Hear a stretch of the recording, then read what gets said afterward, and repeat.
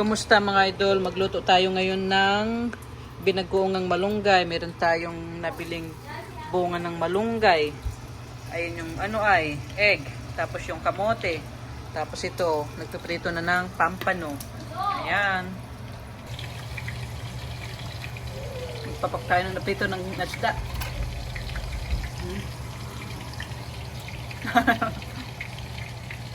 Ano itong eto na, baliktarin na natin itong isda. Oops.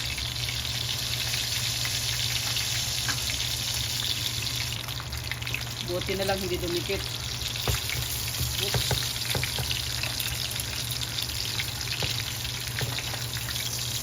Ayan. Oops. Oops. Luto na ang fish da.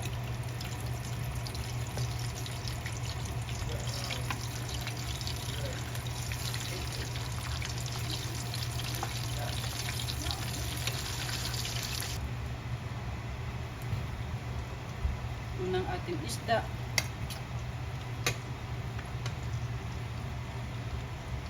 Ayan. Lalagay ko na itong nabili kong bunga ng malunggay. Bibihira kasi makabili ng dito, makabili ng fresh. Kaya laging frozen ang nabibili. So, frozen na malunggay. Importante may gulay. Ayan. Isabay ko na rin itong kamote. So,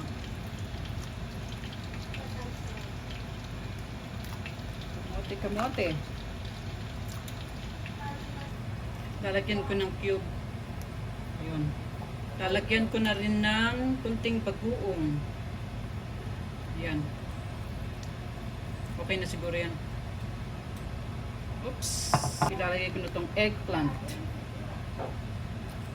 Kasi malambot na ang bunga ng malunggay. Oh, sarap ng binagoong. Tikman na natin itong gulay.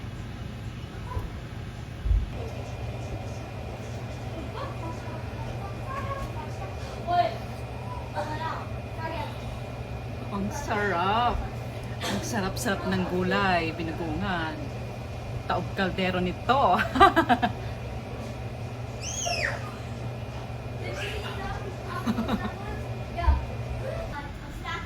Kakain na ako. Ayan.